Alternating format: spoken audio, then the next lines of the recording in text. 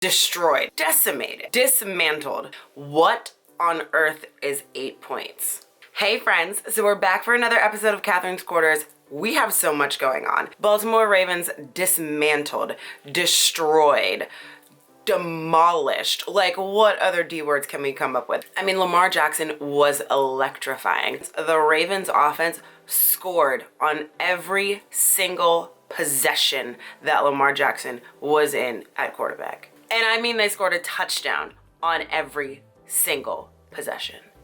Insane. I mean, before halftime, this man had 80 yards passing and 80 yards rushing and 3 touchdowns. Like, watching the first half of that game was so crazy. And I wanted to go to sleep early, but I was like, this game, even though it was a rout, they beat them 45 to 6. I was like, I can't go to sleep. Lamar Jackson might do something so insane that it's like a once in a lifetime, and if you didn't see it, it didn't really happen, and you don't really get the same feels. Like, that's how it felt to me.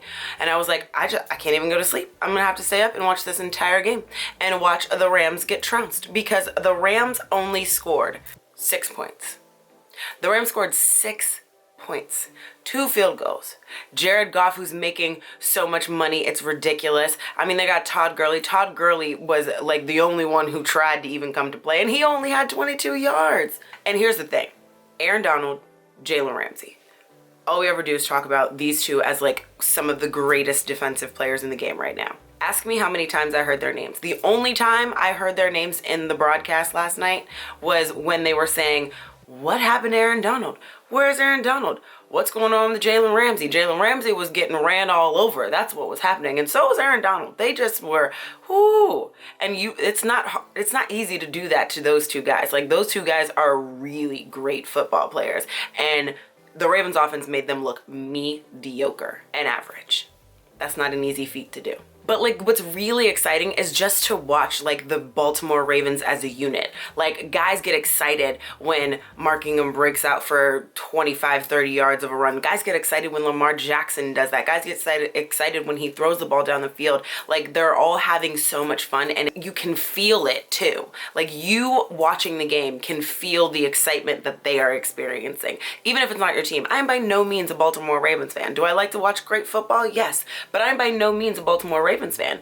And I was staying up late to watch this game because they were so much fun to watch. It's just, what is Lamar Jackson going to do next? What is the offense going to do next? Let's not forget to mention Marcus Peters comes up with this huge interception, and Marcus Peters was last signed to the Los Angeles Rams. So Marcus Peters got revenge on his old team, and you know, you always love to get revenge on an old boo.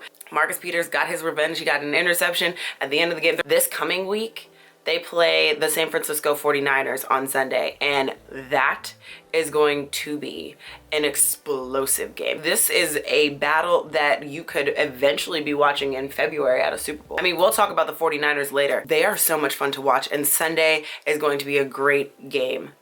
I cannot wait. I have a very funny feeling that the Ravens are going to pull it out, because they're on a 7-game winning streak right now. Like, they look special. I mean, you hear Mark Ingram in every presser afterwards. That guy is special, and as a unit, they are special, and it's cool to see. I mean, Mark Ingram yesterday had over 100 yards. He had 2 touchdowns, 1 receiving, 1 rushing. They're playing so insane that it's just, how are you going to stop them? It's fun to watch. The Green Bay Packers get the Travesty Award for this week. There are other ugly losses. My Eagles, they are a disappointment. They were without everybody, but they were a disappointment. Dallas lost to the Patriots. I mean, you could kind of see it coming because that defense has been playing so well for the Patriots, but also, like, it was just a pouring, ridiculous rain, and it was like perfection for Tom Brady. But the Packers absolutely get the Travesty Award for this week. What on earth is 8 points? 8 points? And they all got scored in the third quarter. They didn't score any points in the first, no points in the second. So they went into halftime down 23 to nothing. And then they scored 8 points. And then they didn't score ever again. Aaron Rodgers got Devontae Adams back, who did score. He scored a touchdown. Devontae had a touchdown. But they looked so bad. And we're going to give them that Bulaga went out, and Bulaga is a very, like, important part of that line. But also, 8 points is all you could muster up. That's a travesty. When they scored 11 points, I was concerned. 8 points. And while I think the game was more the 49ers just doing what the 49ers do, they're impressive, I am just so appalled by the Packers. But here's the thing. The Niners were dominant in every single aspect of the game. Offense, defense, special teams. I mean, 4 different guys had touchdowns for the Niners yesterday. Deebo Samuel, Robert Mozart, George Kittle, obviously, who is a beast, unbelievable, and Tevin Coleman. George Kittle, he's been nursing an injury and he's been out a couple of games, but he comes back 6 receptions for 129 yards and a touchdown. Like, what injury? He looked crazy, and a lot of his receptions, not a lot, but like a few of his receptions were, he was wide open in the middle of the field. Jimmy Garoppolo looked good. Like, he didn't have a great day, but he didn't have a basic pedestrian day either. I hate that word, pedestrian. Ugh, sorry. I didn't mean to use that word. He didn't have a basic day. He didn't have a phenomenal, outrageous, let's call home to mom type of day either. Like 14 for 20, 250 some yards. They just got it done. Of course, like I said, they're going to see the Ravens, and this game is going to be the Sunday game. There are other games happening on Sunday, but I'm telling you right now, that game is the game to watch. It's going to be an electric game. It's going to be a fun game. Lamar has been playing lights out. And I don't know when we're going to figure out how to stop him, but I don't think it's coming on Sunday. I have a feeling that they're going to win that game. But you can't ever count the 49ers out because they look good. Clash of the Titans. Gotta love it.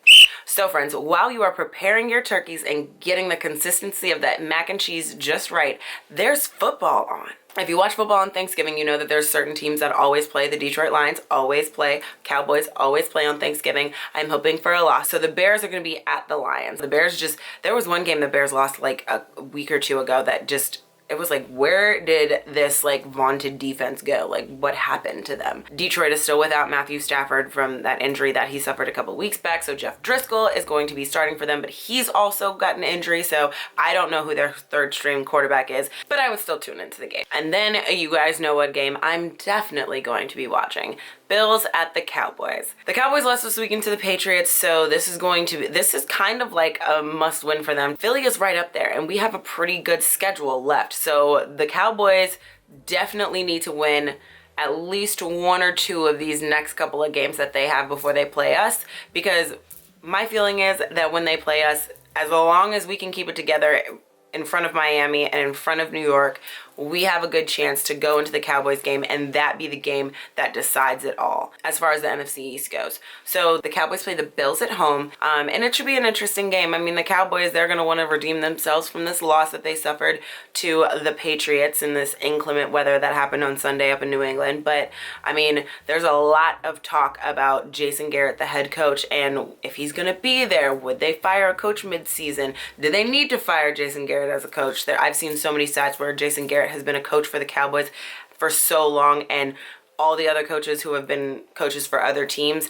the same length of time, they all have like a few playoff wins and Super Bowl appearances, and Jason Garrett has none of those things. So that's been a super huge story throughout this past week. Well, throughout these last couple of days, 2 days, 3 days, whatever it is at this point. So we'll see the Bills at the Cowboys, and we'll see who's head coaching at that point. I'm betting that it's still going to be Jason Garrett, but you know, we'll see.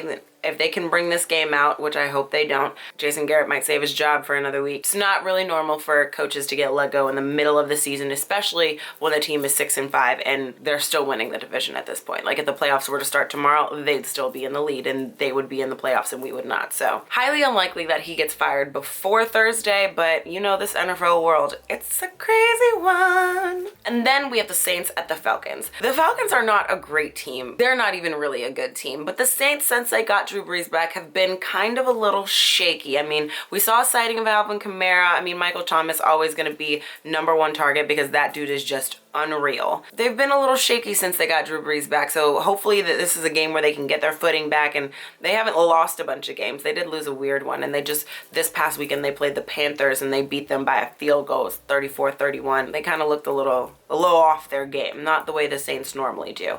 But this game, they should be able to get their footing back, even though it's a short week for most of these teams, all of them in fact. It's a short week for all of these teams, but I'm thinking the Saints can get back on track and get back to their normal winning ways. So those are the 3 games, 12:30, 4, and then I think 8 o'clock. So while you're preparing your turkey, while you're eating your turkey, and while you're in your coma from your turkey, you have a lot of football to watch, and they're going to be some pretty good games. And of course, all of these games have playoff implications. I mean, there are a variety of teams who are in the hunt. The wild card is still there. A few teams have their divisions in hand, but some divisions are not wide open, but they're for the taking. So we will see a lot of playoff things happening in the next couple of weeks. It's going to be exciting.